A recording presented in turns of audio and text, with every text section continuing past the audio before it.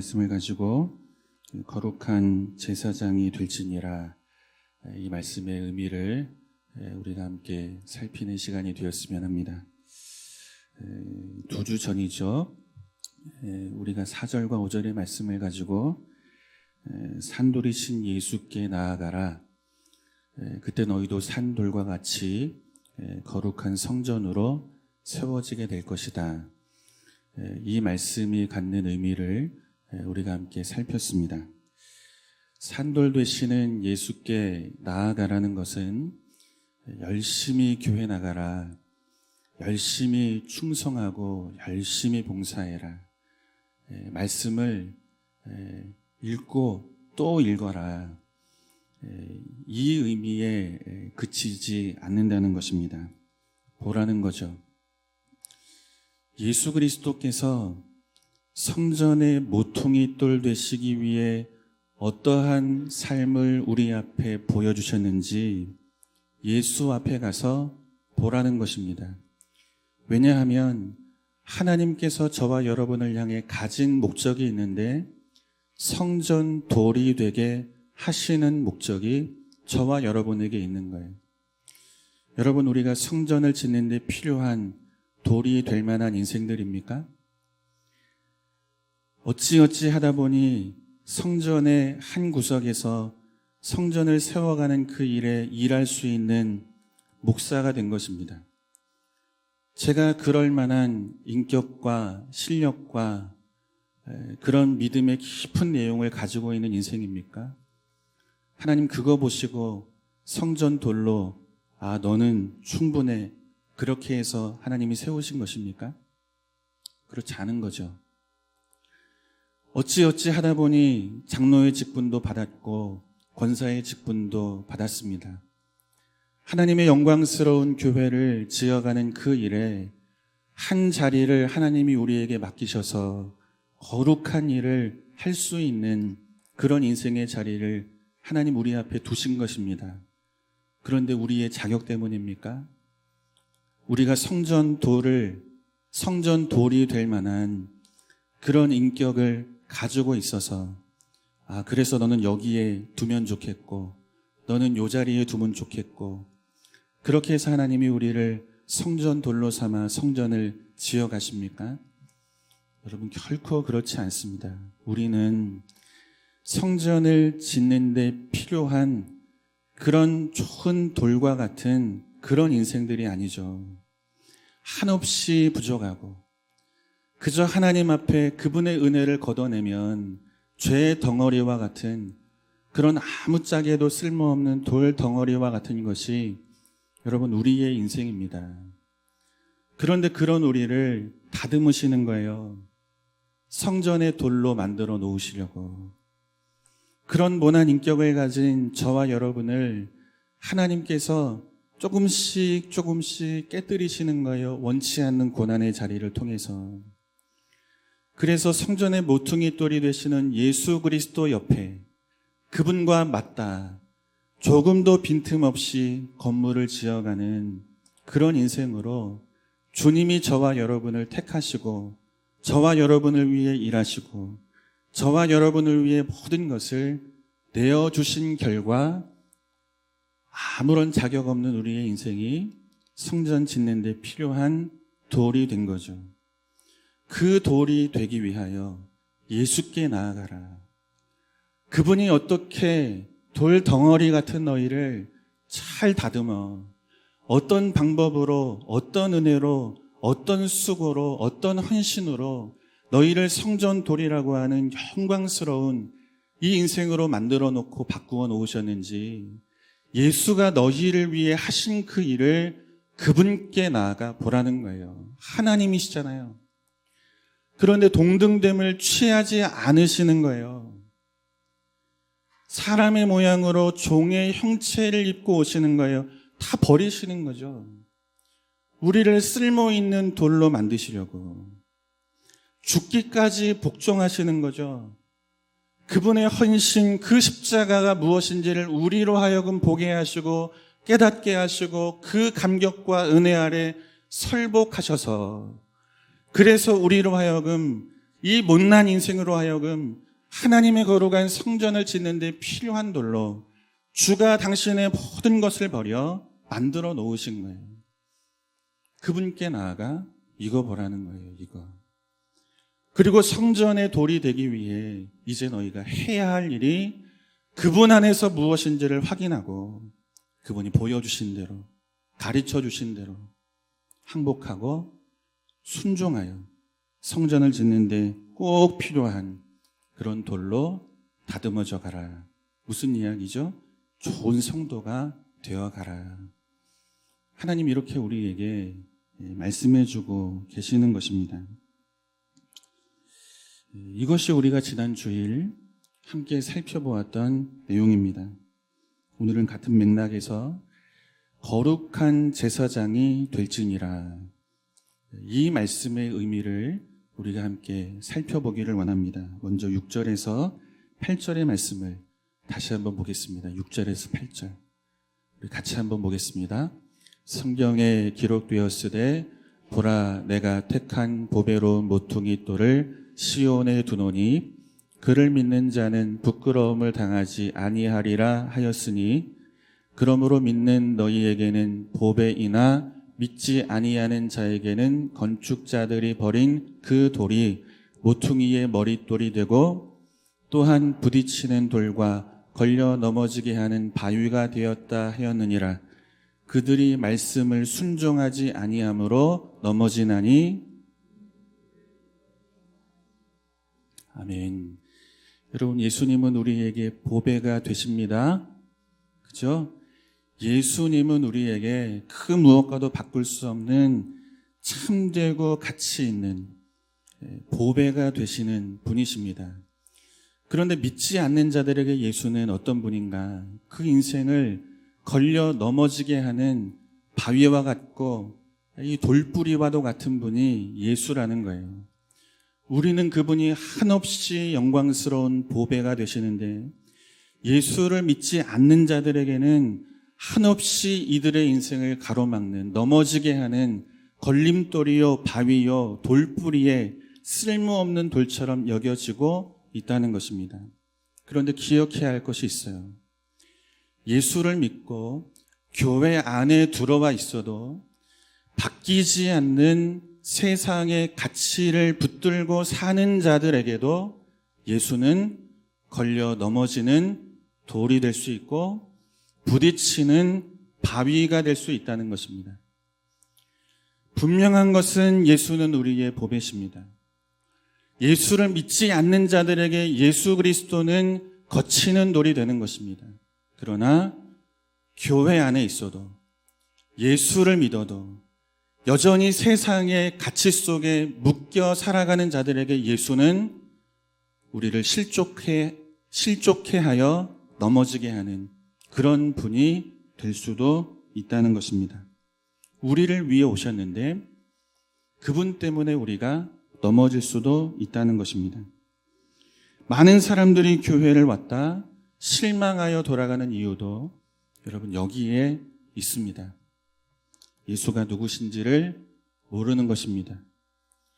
예수를 믿고 교회를 왔지만 그분이 왜 오셨는지를 모르는 것입니다. 그러면 그분이 걸리는 돌이 되고 그분이 우리의 인생을 부딪히는 바위가 되어 우리는 예수 때문에 말씀 때문에 진리 때문에 실족하는 길을 걸어갈 수도 있다는 것입니다. 결국 좋은 성도로 우리가 자라가야 하는 이유가 여기에 있어요. 예수가 걸림이 아니고 참된 보배가 되도록. 그분이 참된 보배가 되려면 우리는 좋은 성도가 돼야 합니다. 말씀으로 잘 아는 자가 돼야 합니다. 마태복음 13장을 보면 4가지 밭에 관한 비유를 말씀하십니다. 좋은 밭에 뿌려진 말씀의 씨는 아주 풍성한 열매를 많이 결실하게 되죠. 그러나 길가밭에 뿌려진 말씀의 씨는 열매를 맺지를 못합니다. 다 주워 먹는 거죠. 그리고 돌짝밭에 뿌려진 말씀의 씨는 조금 지나 뿌리가 다 탑니다. 흙이 얇기 때문에. 열매를 맺을 수가 없습니다. 이처럼 좋은 밭에 뿌려지면 많은 열매를 맺지만 좋지 않은 밭에 뿌려지면 그 말씀은 열매를, 결실을 맺을 수가 없는 것입니다. 농부가 뿌린 씨 중에 가시떨기가 있는 곳에 뿌려진 씨가 있습니다. 그런데 가시떨기가 자라 그 기운으로 뿌려진 말씀의 씨가 자라지 못하도록 가로막죠. 그래서 결실을 맺을 수가 없는 거예요. 주님은 그 말씀을, 그 비유를 이렇게 설명하십니다. 마태복음 13장 22절이에요. 같이 봅니다. 가시떨기에 뿌려졌다는 것은 말씀을 들으나 세상의 염려와 재물의 유혹에 말씀이 막혀 결실하지 못하는 자요. 말씀이 뿌려지는 거예요. 이 시간에도 우리에게. 그런데 이 시간 말씀이 뿌려지는 자리에 누가 와 있습니까? 아직도 세상 염려에 묶여 살아가는 사람, 아직도 세상 재물에 묶여 세상 원리 속에 살아가는 사람, 그 사람에게 말씀이 뿌려져도 그 말씀은 결실할 수가 없다는 것입니다. 결실할 수가 없다. 많은 그리스도인들이 은혜라는 말을 만회라는 말로 이해합니다. 정말 적지 않아요. 예수 믿고 그분이 우리에게 주시는 은혜를 만회라는 것으로 이해합니다. 지금은 실패한 것 같이 살아갑니다. 그러나 언젠가는 내가 믿는 예수가 내 인생을 승리하는 자리에 세우실 것이라. 이 만회라는 것이 우리의 신앙의 내용이 되고 있는 거죠. 지금은 내 인생이 좀 가난하고 또 건강도 부족하지만 언젠가는 주께서 나를 부유한 자리에 세우시고 내 연약한 육체도 강건하게 세우실 것이라. 물론 그와 같은 일을 하실 수 있는 능력이 주께 있고 당신의 백성들에게 그러한 은혜를 베푸시는 분이 우리 하나님이십니다. 그러나 만회만으로 은혜를 우리가 이해하면 우리는 예수 때문에 넘어지고 그분의 말씀 때문에 쓰러지는 길을 가게 됩니다. 여러분 가만히 한번 생각해 보세요. 예수님 때문에 순교한 자의 죽음은 무엇으로 만회됩니까? 예수님 때문에 순교한 자의 죽음은 어떻게 만회되는 것입니까? 이 세상에서 실패할 수 있어요. 하나님 은혜를 주셔서 우리를 승리의 자리에 세우실 수 있고 그런 능력이 그분에게 있습니다. 질병이 있어요. 연약하죠. 기도할 때 하나님이 은혜를 베푸십니다. 강건함으로 우리를 세우시기도 하십니다. 그 힘이 그분에게 있습니다. 그런데 여러분 죽음을 어떻게 만회합니까? 내가 예수를 위해 죽었어요. 믿음 잃지 않고 믿음 지키기 위해 순교의 길을 걸었습니다. 어떻게 만회가 되겠어요? 무엇을 주면 우리 인생이 이전처럼 회복이 되겠습니까? 결국 하나님이 우리 앞에 주시는 은혜라는 것을 만회라는 말로만 이해하면 우리는 실족하여 넘어질 수밖에 없는 것입니다. 주님이 말씀하시는 거예요. 받은 말씀이 있고 아는 말씀이 있는 거죠. 야, 내가 30배, 60배, 100배로 네 인생 가운데 결실을 맺게 할 것이라. 우린 이 말씀을 너무너무 잘 압니다. 그런데 이 말씀의 참된 의미가 무엇인지를 모르고 삽니다. 하나님 이제 내게 남은 것이 하나밖에 없어요. 이 하나밖에 없는 내 인생을 긍휼히 여기시고 하나밖에 없는 인생으로 살아가는 내 삶의 수치와 내 삶의 이 억눌림과 내 삶의 이 아픔을 하나님 30배, 60배, 100배로 만회시켜 주십시오. 이 말씀을 여기로 가져오는 거죠. 세상 사람들 앞에 자랑할 것이 있고 세상 사람들 앞에 더 이상 주눅들지 않고 당당하게 살아갈 수 있도록 이제 하나 남은 건 이거 붙잡고 살지 않게 하시고 30배, 60배, 100배의 결실을 내 인생 안에 주시기를 원합니다. 여러분, 어디에 갇혀 있는 것입니까? 우리의 신앙이 다 이 만회하는 것에 갇혀 있는 거예요. 세상의 영광이 다 갇혀 있는 거예요. 세상 사람들이 생각하고 목적하는 그 인생의 모든 것이 예수를 통하여 우리 인생에 이루어지기를 원하는 것이 우리의 모습인 거죠. 예수 없으면 세상과 다른 것이 없는 것입니다. 예수의 이름으로 구하는 것을 빼놓으면 세상 사람들과 예수 믿는 자의 구별이 아무것도 없는 것입니다. 확인되지가 않는 것입니다. 사랑하는 성도 여러분, 세상적인 기대를 가지고 예수를 믿으면 우리는 반드시 예수님 때문에 실족하여 넘어지는 날을 보게 됩니다.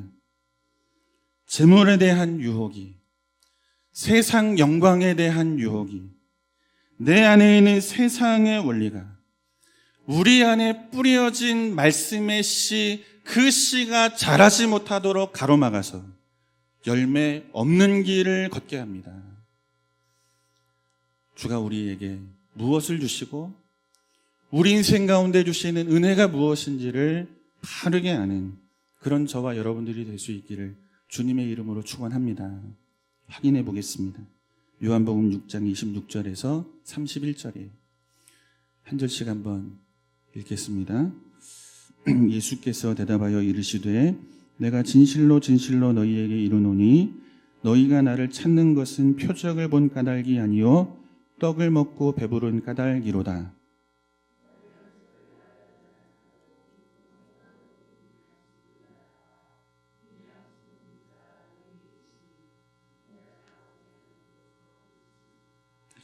그들이 묻되 우리가 어떻게 하여야 하나님의 일을 하오리이까?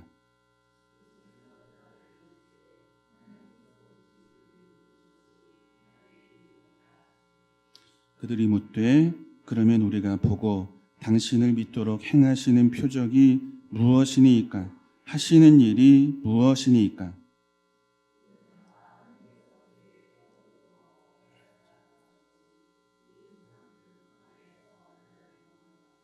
아멘. 여러분, 뭐가 뿌려집니까? 말씀이 뿌려지는 거예요. 그죠? 먹을 양식이 뿌려지는 것이 아니고 오병이어의 기적으로 주님은 진리를 뿌리시고 말씀을 뿌리고 계시는 거예요. 그런데 이 진리와 이 말씀을 무엇으로 바꿉니까? 잠시 먹고 잠시 후면 다시 우리를 줄이게 하는 육체의 떡으로, 이 땅의 양식으로 주의 말씀과 진리를 바꾸어 이해하고 있는 것입니다. 아, 예수를 믿으면 가난하고 굶주렸던 내 인생에 만회가 일어나겠구나. 저분만 보고 저분만 따라가면 그러면 내 인생도 만회되고 내 자녀의 실패도 만회되고 내 잃어버린 이 세상에서의 영광도 다시 다 회복이 될 것이라. 지금 이 예수를 소원하며 주님을 찾고 있는 거예요. 어떤 왕을 기대합니까? 하늘의 왕이 아니고 세상의 왕, 줄인 자에게 떡을 주고 실패한 자에게 높은 자리를 주는 그런 세상의 임금을 이들은 찾고 있는 것입니다. 주님은 이들의 요구를 들어주지 않으시죠. 이들의 임금이 되실 생각이 조금도 없다고 말씀하시는 거예요. 산으로 피하시잖아요. 그리고 급기야 배를 타고 바다 건너편으로 건너가시잖아요. 그리고 오병이어에 담긴 참된 진리와 말씀을 이들에게 가르치십니다. 너희가 나를 찾는 것은 표적을 본 까닭이 아니요. 말씀을 보고 말씀 안에 있는 진리를 보고 나를 따름이 아니요. 먹고 배부른 까닭이라. 줄인 배를 채워주면 그만입니다. 그것이면 족합니다. 그것을 주실 힘이 당신에게 있어 당신을 찾고 당신이 우리 인생의 왕이 되기를 원합니다. 이렇게 예수를 찾고 있는 것입니다. 이들의 관심은 세상에 있는 거예요. 세상 영광, 재물에 있는 거예요. 어떻게 하면 이것을 얻어 내 인생 잃어버린 것 만회하며 줄였던 내 인생 어떻게 하면 채워지며 그렇게 살아갈 것인가? 이것을 예수 믿는 것으로, 그분을 따르는 것으로, 그분을 왕으로 모시는 것으로 이해하고 있는 것입니다. 그들에게 말씀하시는 거죠. 썩을 양식을 위해 일하는 자가 되지 마라. 이들이 지금 썩을 양식을 위해 예수를 찾고 있잖아요. 열심히 일하는 거예요. 저분만 만나면 내 인생이 바뀌어질 것이라. 열심히 떡 주시는 예수, 그분을 찾고 있는 거예요. 열심히 일하는 거예요. 그런데 그 일 하지 말라는 거죠. 영생하도록 있는 떡, 너희에게 영생을 주는 떡, 예수가 아니면 채워질 수 없는, 그분만이 해결하시는, 죄인을 구원하시는, 가질 수 없는 하나님 나라를 갖게 하시는 이 예수 그리스도, 생명의 떡이 되시는 예수 그리스도, 그분을 위해 일하는 자가 되라. 잠시 먹고 꺼지고 또 다시 너희를 줄이게 하는, 너희 조상들이 광야에서 먹은 만나와 같이 예수를, 땅에 양식을 주시는 분으로 찾지 말고 영원한 생명에 이르게 하는 떡, 참된 양식, 다시는 줄이게 하지 않는 영원한 생명의 양식을 주시는 예수, 그분을 찾는 자가 되라. 이렇게 말씀하고 계시는 것입니다. 여러분, 뭐가 선포됐습니까?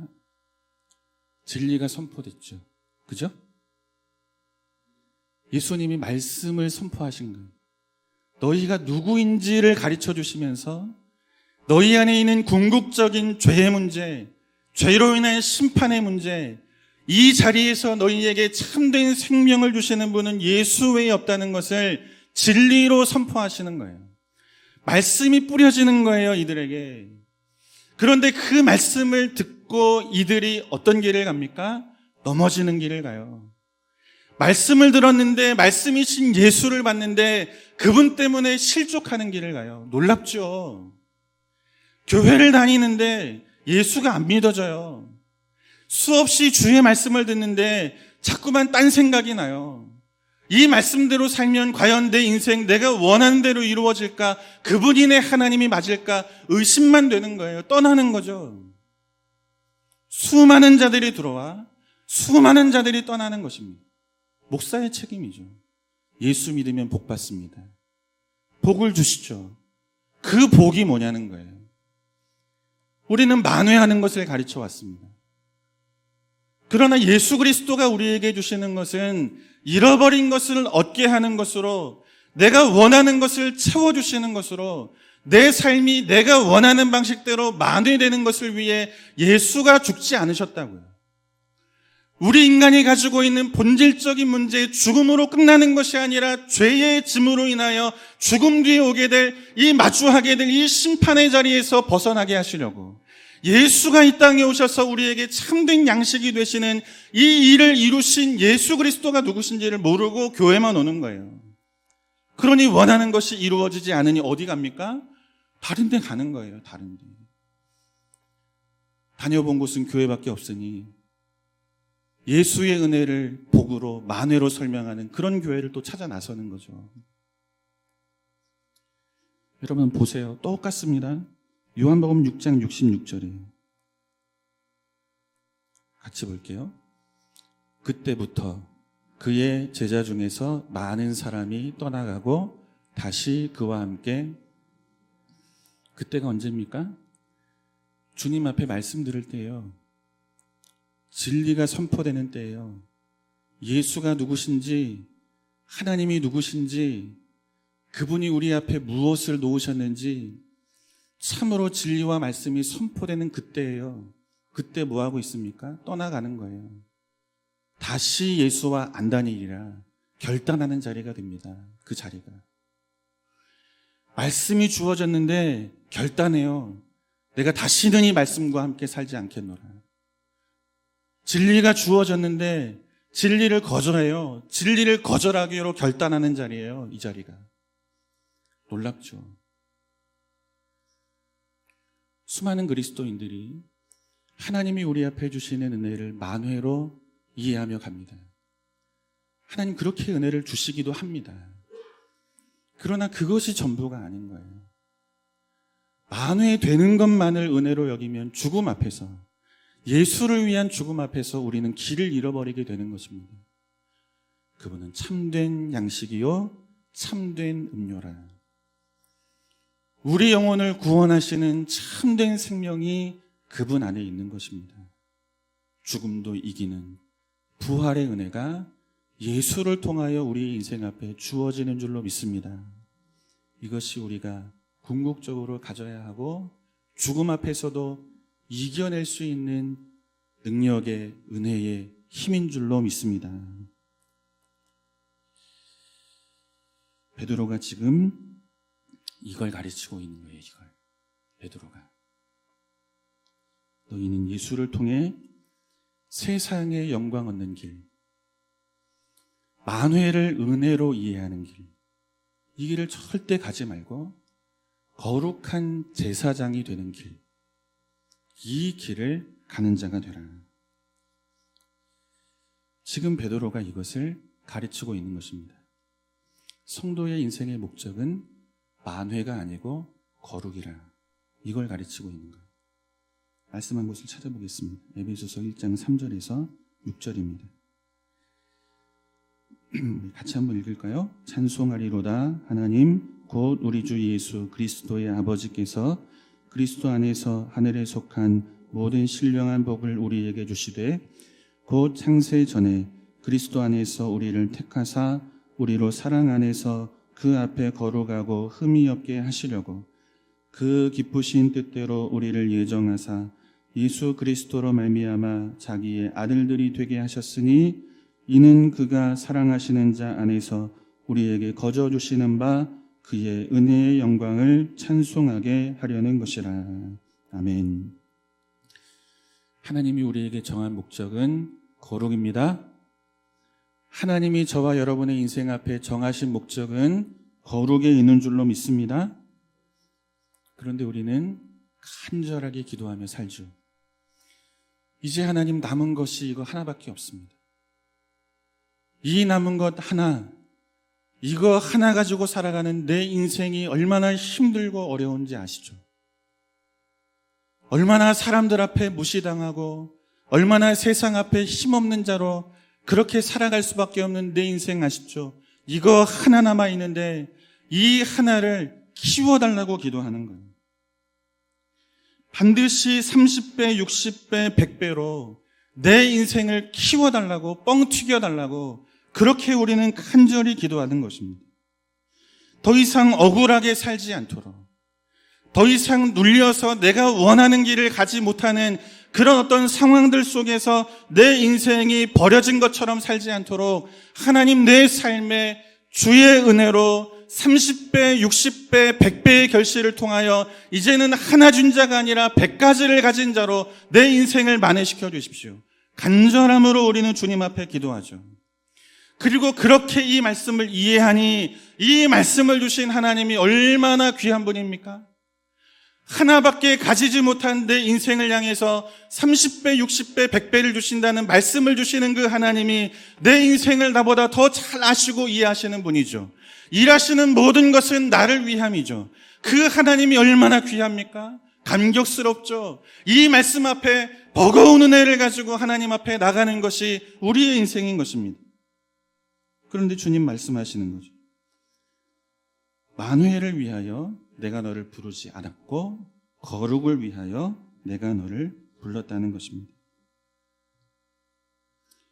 어떠한 상황에서도 그것이 고난이어도 어떠한 사람이 내 앞에 있어도 어떠한 환경 속에 내가 살아가도 그것으로 인해 원통함과 억울함과 괴로움이 턱 밑까지 차올라도 그때에도 거룩한 자로 사는 거예요. 내 손에 쥐어진 것이 하나밖에 없고 이것조차 지킬 수 있을 것이라는 희망도 보이지 않는 그때에도 하나님이 나를 불러주신 이 영원한 소망을 바라보면서 그 괴로움의 자리, 불안한 자리, 염려 많은 자리, 그 자리에서도 하나님께서 나를 부르신 그 부르심의 목적, 거룩을 지키는 자로 살라는 거예요. 성도답게 목사답게 우리에게 허락하신 장로라는 권사라는 직분을 가진 그 자리에 합당한 거룩함을 이루며 살아가는 거예요. 어떠한 고난이 와도, 힘들어도, 눈물이 쏟아질 지경으로 어려워도, 마음이 괴로워도 거룩을 지키는 거예요. 그리고 그 거룩함을, 성도됨을 지킨 것을 자랑과 기쁨으로 여기며 사는 자, 여러분, 그가 성도입니다. 여러분, 그가 성도입니다. 싫으셔도 어쩔 수 없어요. 그게 성도예요. 목사가 괴롭다고 피하고 떠나면 여러분 목사입니까? 하나님이 주신 자리에서 주신 뜻을 이루어가는 게 목사입니다. 여러분, 가정이 어렵고 힘들면 집안의 가장이 떠나요. 가장입니까? 아니죠. 거룩으로 부르신 분이 우리를 심어놓은 자리가 있어요. 때로는 그 자리가 고난과 억울함과 원통함, 눈물을 한 바가지 쏟으며 살아가야 하는 인생의 날이 켜켜이 쌓여가는 자리일 수도 있어요. 그럼 그 자리에서 뭐 해야 합니까? 부르신 분이 거룩을 요구하시는데 지키는 거예요. 실패하더라도 살아보려고 애를 쓰는 거예요. 그때 우리 안에 무엇이 이루어집니까? 성도됨이 이루어져 가는 거죠. 성화의 과정이 이루어지게 되는 것입니다. 그러니 너희를 부르시, 너희를 영생에 이르게 하시는 참된 양식 되시는 예수 그리스도 그분을 바라보며 오늘도 거룩한 자리 힘있게 걸어가라. 베드로는 이렇게 권면하고 있는 것입니다. 그렇다면 이제 결론입니다. 왜 우리가 이토록 힘든 길, 피하고 싶지만 그 자리에서도 거룩을 지키는 길, 세상 사람들처럼 똑같이 살고 싶은데 그들과 구별된 삶을 힘들지만 살아야 하는가? 그 이유를 9절이 답으로 우리에게 말씀하고 있습니다. 9절 보겠습니다. 같이 봐요. 그러나 너희는 택하신 족속이요 왕같은 제사장들이요 거룩한 나라요 그의 소유가 된 백성이니.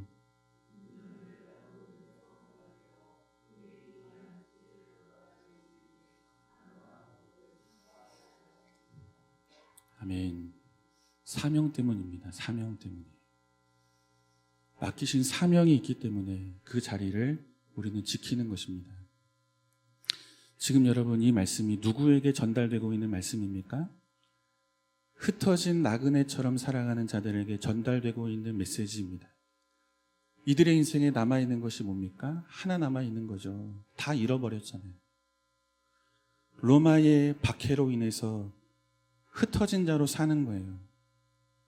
유대교의 힘과 권세에 밀려 고향을 버리고 친척과 이웃들과 다 떠나서 한 번도 살아보지 않은 그런 자리로 흩어지고 떠난 자들인 거예요.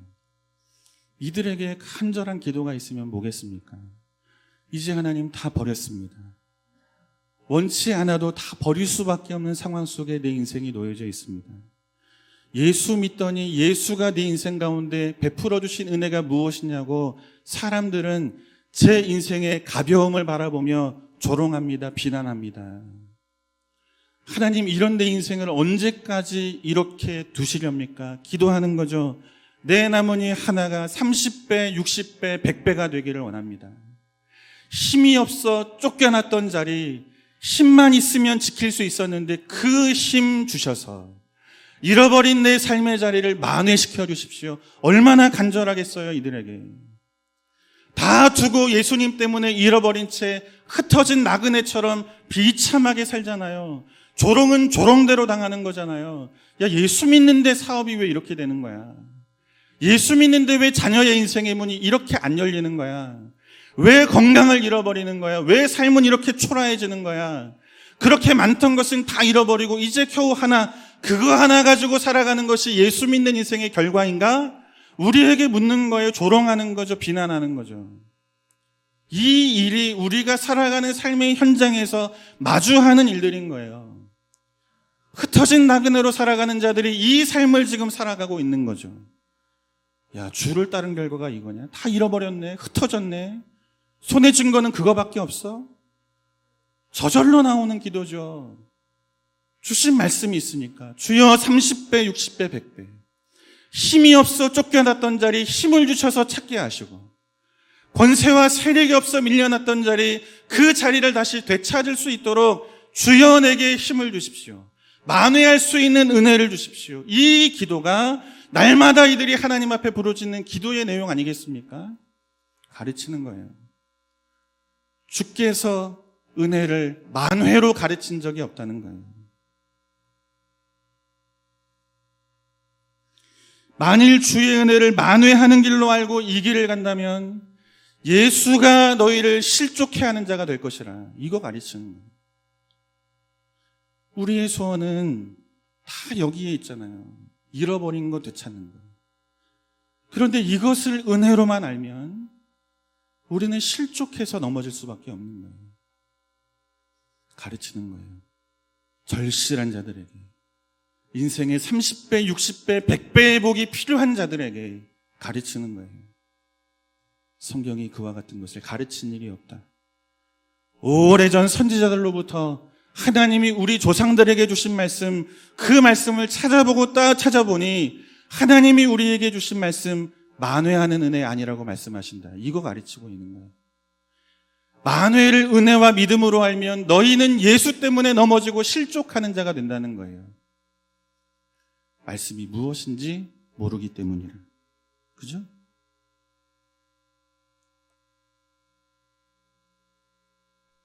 팔 절 중반쯤 보면 이렇게 말씀하시잖아요. 그들이 말씀을 순종하지 아니함으로 넘어지는 거예요.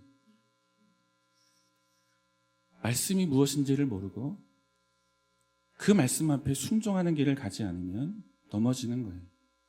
그러나 여러분, 말씀을 알고 말씀 되시는 예수가 우리에게 주시는 참된 양식이 무엇인지를 소망하며 살아가는 자는 죽음 앞에서도 부끄러움을 당하지 않을 줄로 믿습니다. 이것이 예수 믿는 자가 누리는 은혜입니다. 거룩한 길을 가라는 것입니다. 그때에도 세상 사람들이 너희를 통해 세상에 없는 삶을 보게 하라는 것입니다. 그 삶이 그 자체로 그리스도 예수 안에 있는 아름다운 덕이 무엇인지를 보여주는 메시지가 되고 말씀이 되고 복음이 될 것이라. 이렇게 가르치고 있는 것입니다. 사랑하는 성도 여러분, 교회는 교회를 위해 있지 않습니다. 성도는 성도 자신을 위해 있지 않습니다. 그리스도의 아름다운 덕을 선포하는 것으로, 그 사명으로 우리는 존재하는 자들입니다. 바라기는 구별된 삶, 거룩한 삶, 세상에 없는 삶을 살아내는, 그 삶을 살아내는 것으로 우리의 사명을 감당해가는 이 자리로 우리를 부르신 것을 기억하시고, 오늘도 힘들지만 어렵지만 그래도 거룩한 제사장으로 되어지는 길, 세상에서 볼 수 없는 성도만이 살아갈 수 있는 길, 이 길을 놓지 않고 오늘을 살아가는 저와 여러분 될 수 있기를 주님의 이름으로 축원합니다.